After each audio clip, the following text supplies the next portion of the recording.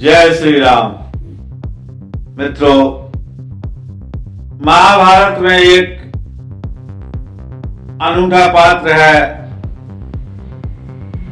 शायद जिसके बिना महाभारत की कल्पना ही नहीं की जा सकती। वो है महारानी कुंती। लेकिन कुंती के विषय में लोग बहुत कम जानते हैं। कौन है, किसकी पुत्री है, ये सारा विषय बहुत कम लोगों को ज्ञात है। वो तो सिर्फ पांडवों की माता के रूप में जानते हैं। तो आज मैं आपको उन्हीं के बारे में कुछ बताने का प्रयास कर रहा हूं। अगर आपको वीडियो अच्छी लगे तो लाइक जरूर कर लीजिएगा। लाइक करने का कुछ भी नहीं लगता है। महारानी कुंती श्री कृष्ण भगवान की बुआ भी थी, आप सभी लोग सुनते रहे हैं। लेकिन वसुदेव जी की कोई बहन है, ऐसा कभी आपने प्रसंग नहीं सुना होगा। क्योंकि उसका मूल कारण क्या था, वो इस वीडियो के द्वारा मैं बता रहा हूं आपको। जो महाराज सूरसेन थे,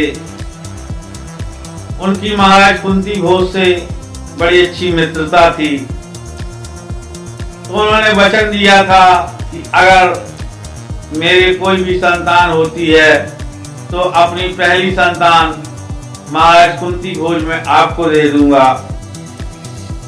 और वचन के अनुसार उन्होंने अपनी प्रथम संतान यानी कुंती को जो है महाराज कुंती भोज को दिया। कुंती का पहले नाम कुंती नहीं था, प्रथा था। ये बचपन का नाम प्रथा था। और वो जब महाराज कुंती भोज के द्वारा गोद ले ली गई तो फिर उसका नाम कुंती पड़ गया। कुंती बड़ी धर्मपरायण और ईश्वर में आस्था रखने वाली बालिका थी। और राजा कुंती भोज इस बात को भली प्रकार जानते थे कि वह ऋषि महात्माओं की सेवा सत्कार में बहुत अधिक तत्पर रहती हैं। तब एक बार दुर्वासा ऋषि आते हैं और वो कहते हैं राजा कुंती भोज से कि अब हम यहीं पर विश्राम करेंगे। तो राजा कुंती भोज, क्योंकि दुर्वासा श्राप देने के लिए प्रसिद्ध हैं, मन ही मन में डर रहे थे कि अगर किसी सेवक को रख दिया तो कहीं ऐसा ना हो कि ऋषि दुर्वासा के श्राप का भागीदार बनना पड़े। तब उन्होंने अपनी उस नन्ही सी बेटी कुंती को उनकी सेवा में रखा और वो बड़ी तत्परता के साथ मुनि की हर सेवा को करती। मुनि उसकी सेवा से अत्यधिक प्रसन्न थे। 1 वर्ष के उपरांत जब वो जाने लगे तो उन्होंने कुछ आगे का विचार करके, क्योंकि उन्होंने तपोबल के द्वारा जान लिया था कि इस लड़की की शादी जिस राजकुमार से होने जा रही है वो कभी पुत्र उत्पन्न नहीं कर सकेगा। तो उन्होंने ऐसा विचार करके एक मंत्र दिया राजकुमारी कुंती को और कहा, बेटा इसको अविश्वास की दृष्टि से न देखना या इसे कभी आजमाने की चेष्टा न करना। जब वास्तव में जरूरत हो तभी इस मंत्र का प्रयोग करना। तो राजकुमारी कुंती की अवस्था उस समय 6 या 7 वर्ष होगी। एक कौतूहल था, क्या ऐसा इस मंत्र से होता है। जैसे कि आजकल हम ही लोग कोई भी नई चीज देखते हैं या सुनते हैं तो हमें आपको उसका कौतूहल होता है। वैसे ही ऋषि के जाने के पश्चात राजकुमारी कुंती ने अपने उस मंत्र के द्वारा भुवन भास्कर भगवान सूर्यदेव का आह्वान किया। मंत्र कब निष्फल होने वाला था, भगवान भास्कर तुरंत प्रकट हुए और उन्होंने कुंती को एक पुत्र होने का वरदान दिया। तब कुंती बोली, प्रभु मैंने तो केवल आपको परीक्षा के निमित्त बुलाया था। आप तो जानते हैं कि मेरी तो अभी शादी भी नहीं हुई है और बिना विवाह के अगर मैं मां बन जाऊंगी तो ये बहुत बड़ी हंसी का कारण बनेगा। तब भगवान सूर्यदेव कहते हैं कि कुंती तुम चिंता मत करो, तुम्हारा कौमार्य भंग नहीं होगा। जो ये बालक होगा वह तुम्हारे कान अर्थात कर्ण से पैदा होगा और कर्ण के ही नाम से विख्यात होगा।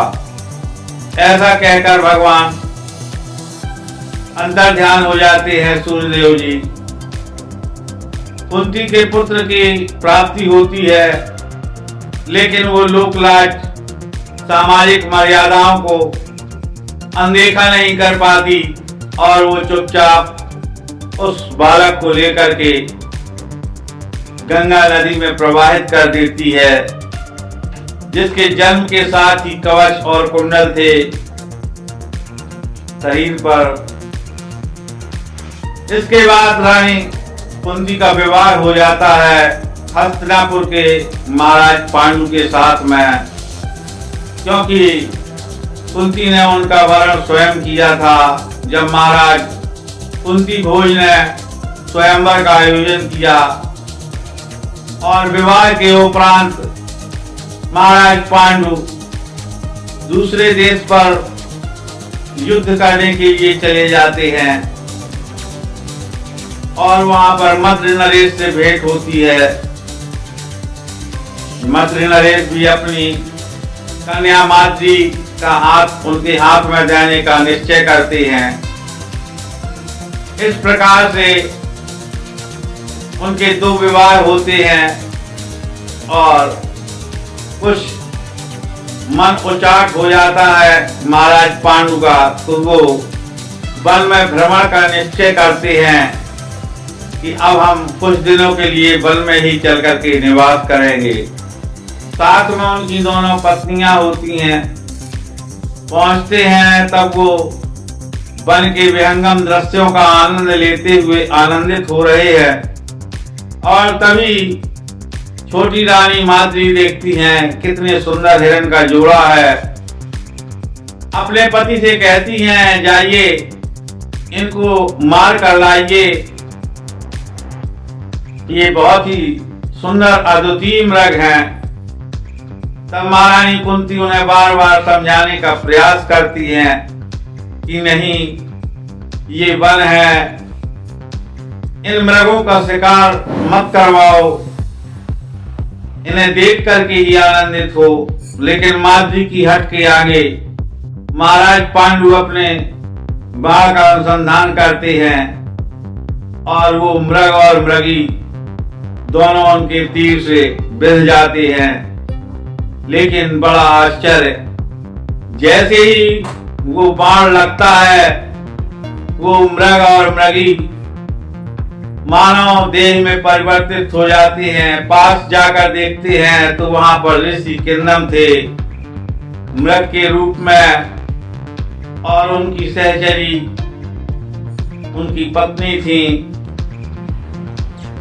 तब वो श्राप देते हैं कि जिस प्रकार से तुमने हमें प्रणय काल में मारा है, इसी प्रकार अगर तुम भूल से भी अपनी पत्नी के साथ में समागम करना चाहोगे तो तुम उसी क्षण मर जाओगे।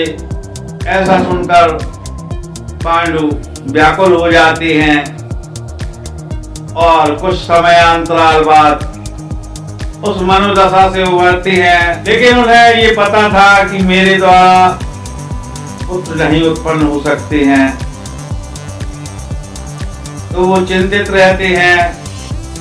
हमें राज्य चलाने के लिए पुत्रों की आवश्यकता है।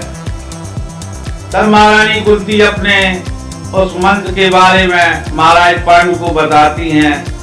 अत्यधिक प्रसन्न होते हैं और उनसे आज्ञा लेकर के महारानी कुंती सर्वप्रथम धर्मराज को बुलाती हैं तो उनके ही समान गुण और रूप से संपन्न युधिष्ठिर जन्म लेते हैं। उसके बाद पवन देव का आवाहन करती हैं। पवन देव अपने समान पुत्र देते हैं। तत्पश्चात देवराज इंद्र का आवाहन करती हैं। तब देवराज इंद्र उन्हें अर्जुन के रूप में अपने ही समान बलशाली पुत्र देते हैं और माद्री की उदासी को देखकर माता कुंती उसे भी उन्हीं मंत्रों का प्रयोग सिखाती हैं। तो वो अश्विनी कुमारों के आह्वान से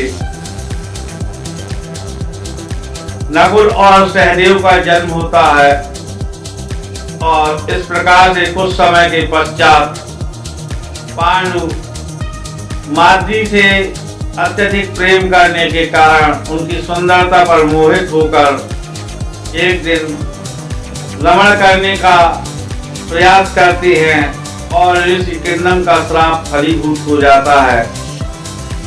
वहां पर वो तत्क्षण मृत्यु को प्राप्त होते हैं।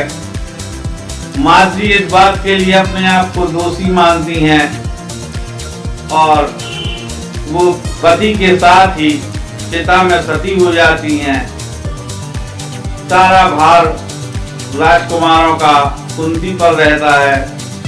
कुंती उन्हें बहुत अच्छे संस्कार देती हैं और वो शिक्षा दीक्षा दिलवाती हैं। इसके पश्चात में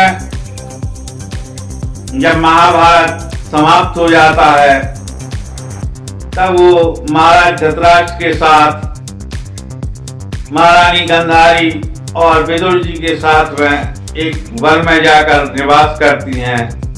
वहां पर जब वन में आग लगती है तो ये चारों उसी में जलकर भस्म हो जाते हैं। तो मित्रों, अगर ये स्टोरी या जानकारी आपको अच्छी लगी हो तो अपने कमेंट्स के द्वारा जरूर बताइएगा। वीडियो को लाइक कर दें, चैनल को सब्सक्राइब कर लें। आप सभी लोग अभी तक साथ रहे उसके लिए बहुत बहुत धन्यवाद। जय श्री राम।